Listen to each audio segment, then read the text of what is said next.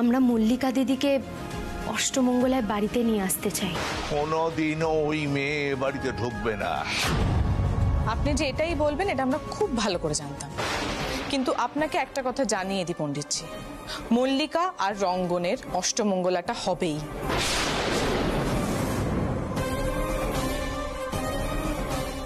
বিয়ের রাতে একটা মেয়ে স্বামী হারা হয়েছে বলে সারা জীবন তাকে তাকে অভিশপ্ত জীবন ভোগ করতে হবে, এটা হতে পারে না। সেই যুগ চলে গেছে। পিলু চলো, শাশুমা চলে আসুন, চলে আসুন।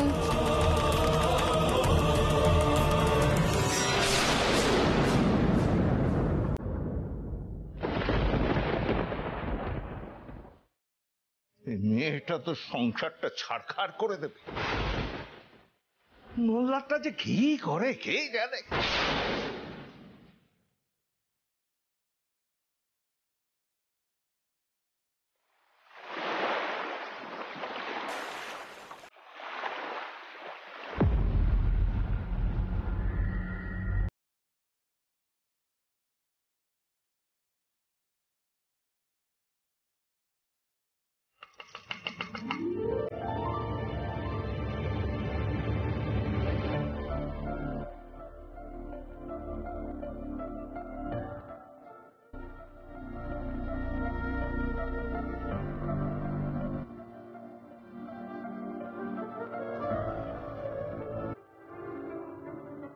কিছু দরকার?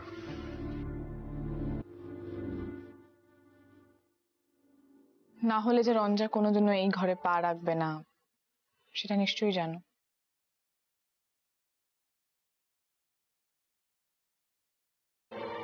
কি দরকার বলে ফেলো।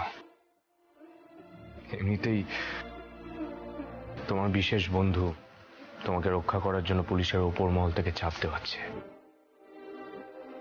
এখানে মোল্লার বসু মল্লিককে তো তোমার কাছে হাত জোড় করে থাকতে হবেই। খুব ইগোতে লাগছে, তাই না? কি বলবে বলো? তোমাকে না একটা কথা না বলে থাকতে পারছি না মোল্লার। যেই দক্ষতার সঙ্গে তুমি সুরমণ্ডলটা কেড়ে নিয়েছিলে, আমাদেরকে ঠকিয়েছিলে, তুমি সেরকম ভাবে কিন্তু আমার মার্ডারের প্ল্যানটা ঠিক বানাতে পারোনি। কারণ আমি খুনি নই। সেটা বিশ্বাস করতে আমি বাধ্য হয়েছি। কারণ যে কাঁচা হাতে তুমি তুমি এভিডেন্স গুলো চারিদিকে ছড়িয়ে রেখেছিলে, সত্যি ভাবা যায় না। আমি তোমাকে খুন করতে চাইনি অঞ্জা। তুমি আমাকে বাধ্য করেছিলে পয়জনটা দিতে। রাগ সামলাতে পারিনি। আর তোমাকে ওভাবে শারীরিক যন্ত্রণার মধ্যে ফেলতে চাইনি। এটা সত্যি যে বিষটা একটা রাগের প্রকাশ, যেটা উচিত হয়নি। গেমটা বেশি ডেঞ্জারাস হয়ে গেছিল। তো তুমি যন্ত্রণা পেয়েছো। ঋণ শোধ করার জন্য হলেও পুলিশের হাত থেকে আমাকে বাঁচিয়েছো। এর বদলে আমি কি করতে পারি বলো?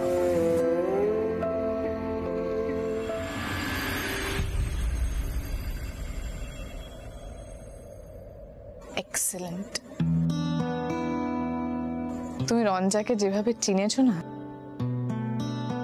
সেভাবে আর কেউ পারেনি।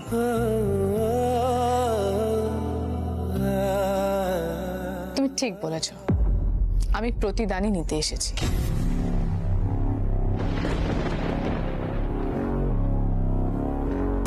বলো কি করব? মল্লিকাকে অষ্টমঙ্গলায় এ বাড়িতে আনতে পারবে?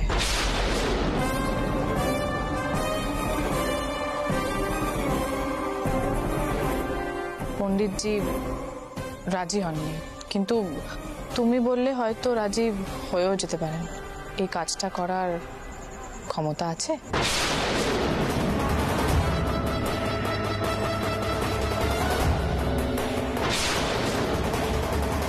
তুমি কি করতে চাইছো? আমার ইগো হার্ট করতে চাইছো, দাদুর সঙ্গে আমার লড়াই করাতে চাইছো। দেখতে চাইছি মল্লার বসু মল্লিক কত বড় পুরুষ মানুষ, তার ঠিক কতটা ক্ষমতা সেটা দেখতে চাইছি।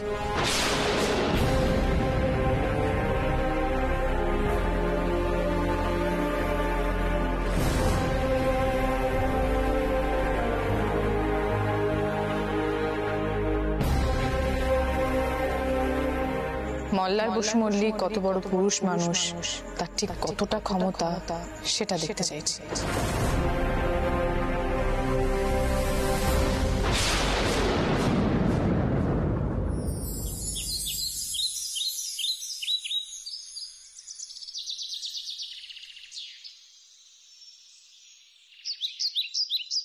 জেঠুমনি, চা। ও চা নিয়ে নে, দাও মা। বলছি আঙুলের এই অবস্থা কেটে গেছে, তার সত্ত্বেও তুমি এসব কেন করতে গেলে বলো তো? না না জেঠুমনি, একটুখানি কেটেছে তো, তাতে আর কি। আদিত্যদা, চাটা কিন্তু ও নিজেই এনেছে। তুমি আবার ভেবো না আমি ওই কাটা হাত নিয়ে চা আনতে বলেছি ওকে। আমি কিন্তু কিছু বলিনি। হ্যাঁ আচ্ছা ঋতু, ও কি একবারও বলেছে এই কথাগুলো? কেন বলছিস এই কথাগুলো? কি হয়েছে কি তোর? কি আবার হবে জেঠুমণি, মায়ের অভিমানটা দিন দিন বাড়তে বাড়তে বেড়েই চলেছে। মায়ের মনে হচ্ছে যে আমরা কেউ মাকে বুঝছি না। মা, আচ্ছা এদিকে এসো, শোনো আমার কথা শোনো। আচ্ছা তোমার কেন এরকম মনে হচ্ছে বলো তো? কেন মনে হচ্ছে যে তোমাকে আমরা পাত্তাই দিচ্ছি না? আমি তো তোমাকে সেই আগের মতোই ভালোবাসি মা। রঙ্গন, ঠিক আছে, থাক থাক, অনেক হয়েছে, অনেক হয়েছে। হ্যাঁ, আমাকে আর এভাবে কিছু বোঝাবার চেষ্টা করতে হবে না। মা যা বোঝার সেটা বুঝে গেছে রে। মাকে ভোলানোর নাটকটা বউ শিখিয়ে দিয়েছে বুঝি, তাই করছিস? ওরে বাপরে, হ্যাঁ রে ঋতু, মনে হচ্ছে যেন তেন প্রকারেণও তুই দোষারোপ করতে চাইছিস মল্লিকাকে। তুমিও আদিত্যদা, তুমিও আমাকেই বলবে? বলো।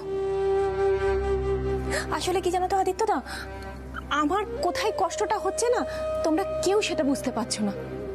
আমার কষ্টটার কথা একবার ভাবো। মা হিসেবে আমিও তো চাই আমার ছেলেটা যাতে শ্বশুর বাড়িতে গিয়ে মান সম্মান পাক, আমার ছেলেটা একটু একটু জামাই আদর পাক, সেটা তো আমিও চাই বলো।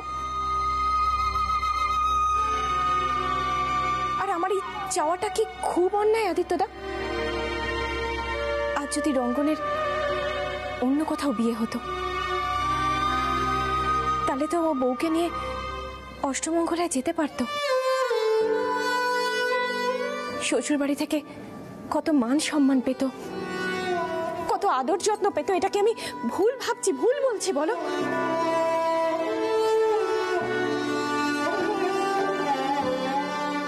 দেখ ঋতু, ও বাড়ি থেকে যে এদের দুজনের বিয়েটা মেনে নেয়নি, তাতে তো মল্লিকার কোনো হাত নেই, আছে কি?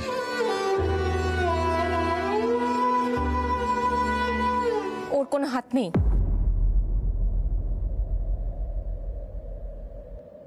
কেন ওর কোনো হাত নেই? না, আহির বললো আর ও বিয়েটা করতে রাজি হয়ে গেল। ও তো কিছুই বোঝে না। মা, আমি সত্যি বিয়েটা করতে রাজি ছিলাম না, আপনি বিশ্বাস করুন আমার কথা। মা, আমি রাজি হয়েছিলাম মা। আমি, মল্লিকা তো বিয়ের মাঝখান থেকে উঠেও যাচ্ছিলেন, আমি থামিয়েছি। মা, একটা অষ্টমঙ্গলানি তোমার এত আক্ষেপ কেন বলো তো? হ্যাঁ, আচ্ছা জামাই হিসেবে যদি আমাকে কেউ মেনে নাও নেয়, তাতে কি এসে গেল? তাই তো, কি এসে গেল? না কিচ্ছু এসে গেল না। তোর তো কিছু এসে যাবেই না। কোনো দিন কোনো মান সম্মান ছিল না, আজও কোনো আত্মসম্মান নেই তোর। হ্যাঁ ছোট মা, তুমি এত উত্তেজিত হয়েও না। রঙ্গন আর মল্লিকার অষ্টমঙ্গলা হবে।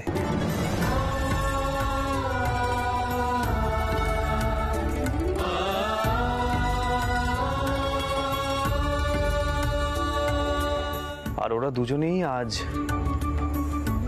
বসু মল্লিক বাড়িতে যাবে।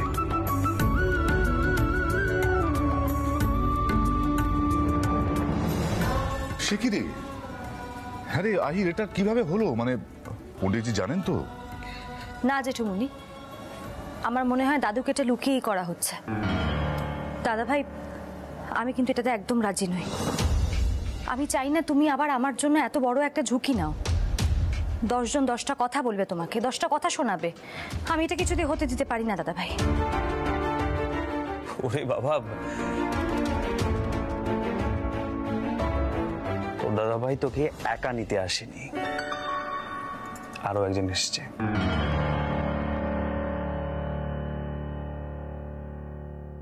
মল্লার